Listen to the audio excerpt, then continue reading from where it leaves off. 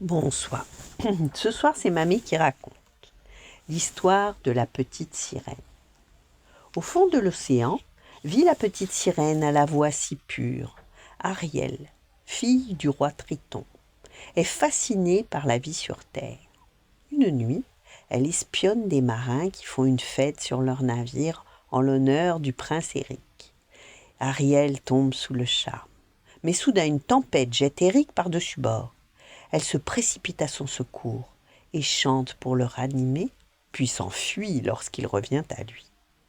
Ariel est amenée à Ursula, ennemie du roi Triton, qui veut s'emparer de son trident pour contrôler les océans.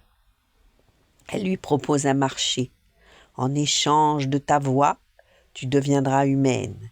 Mais si d'ici 3 jours tu n'as pas reçu un baiser d'amour, tu redeviendras sirène, et je garderai ta voix, et tu m'appartiendras. Ariel signe. Elle ne peut plus parler, mais a 2 magnifiques jambes. Elle nage jusqu'au rivage. Elle se retrouve devant le prince Eric qui cherchait désespérément la jeune fille à la voix si douce, mais comme aucun son ne sort de sa bouche, Ariel, le prince est bien charmé, mais il l'invite quand même dans son palais. Craignant qu'Ariel parvienne à séduire le prince, Ursula se transforme en Vanessa, une superbe jeune fille, et chante sous les fenêtres du prince.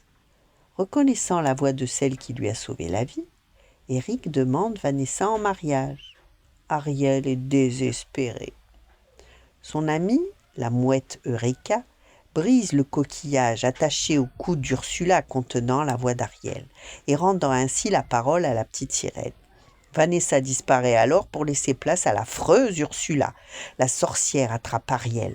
Le soleil est couché, 3 jours sont passés, tu es à moi. Devant son prince, Ariel, redevenue sirène, est entraînée dans la mer. Les forces du mal vont désormais gouverner les fonds marins.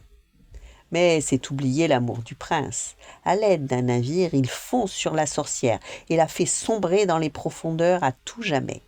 Le roi Triton rend alors ses jambes à Ariel et félicite le prince pour son courage. La sirène remercie son père et se jette dans les bras d'Éric. Ils se marient le lendemain en se promettant de ne jamais oublier que terre et mer sont complémentaires. Voilà, bonne nuit, faites de beaux rêves et à demain.